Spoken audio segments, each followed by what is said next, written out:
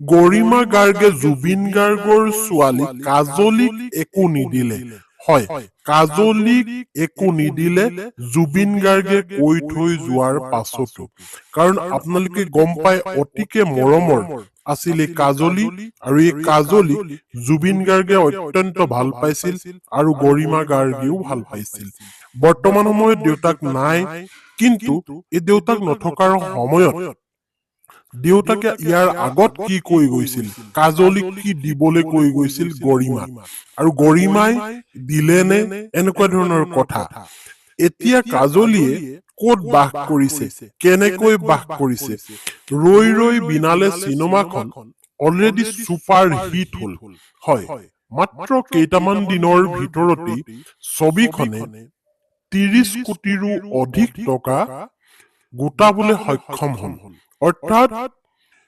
32 কোটি 90 লাখ 32 কৰোৰ 90 লাখ টকা আৰ্নিং কৰিলে ৰৈ ৰৈ বিনালে আৰু ৰৈ ৰৈ বিনালে 2 কোটি 90 লাখ টকা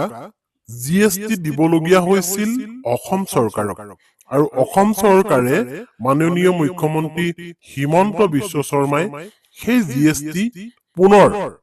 কলাগুৰু ফাউণ্ডেশ্যনলৈ আগবঢ়ালে অসম চৰকাৰে অৰ্থাৎ 2 কোটি 90 লাখ টকা জুবিন গাৰ্গৰ যি কলাগুৰু ফাউণ্ডেশ্যন আছিল তালৈ আগবঢ়ালে অসম চৰকাৰে কোনো টেক্স নললে আৰু বাকি থাকিল 30 কোটি এই 30 কোটিৰ এতিয়া এই 30 কোটি টকাখিনি গৰিমা গাৰ্গে কি কৰিছে গৰিমা গাৰ্গে কাজলীক দিছে নেকি এইখিনি কথা জুবিন গাৰ্গে চিনেমাখন ৰিলিজ হোৱাৰ আগতে হয় সিংগাপুৰলৈ যোৱাৰ আগতে এই গৰিমা গাৰ্গক কিবা কৈ গৈছিল নেকি এই সকলোখিনি কথা কাৰণ এই চিনেমাখনক লৈ অসমৰ ৰাইজে বহুত আবেগিক হৈ আছিল আৰু জুবিন গাৰ্গক এবাৰ জীৱন্ত ৰূপত চাবৰ কাৰণে এই ছবিখনত মানুহে ভিৰ কৰিছিল আৰু এই ছবিখনক লৈ যথেষ্ট চৰ্চা হৈছিল যদিও জুবিন গাৰ্গৰ অভিনয় চাবৰ কাৰণে মানুহ আসলতে এক প্ৰকাৰ ক'বলৈ গ'লে উত্ৰাউল হৈ আছিল আৰু এই ছবিখনে কম সময়ৰ ভিতৰতে এটা এনেকুৱা ডাঙৰ অংক আৰ্নিং কৰি দিলে যিটো আৰ্নিঙে সকলোৰে চকু কপালত তুলিলে কিন্তু তাত আৰ্নিং হোৱা 32 কৰোৰ 90 লাখ টকাৰ 30 কৰোৰ ৰুপিজ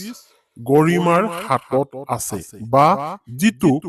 প্ৰযোজনা গোষ্ঠী বা যি টিম আছিল ৰৈ ৰৈ বিনালে তেওঁলোকৰ ওচৰত সেই 30 কোটি টকা 30 কোটি টকা আছে আৰু 30 কোটি টকা এতিয়া কি কৰিব সেইখিনি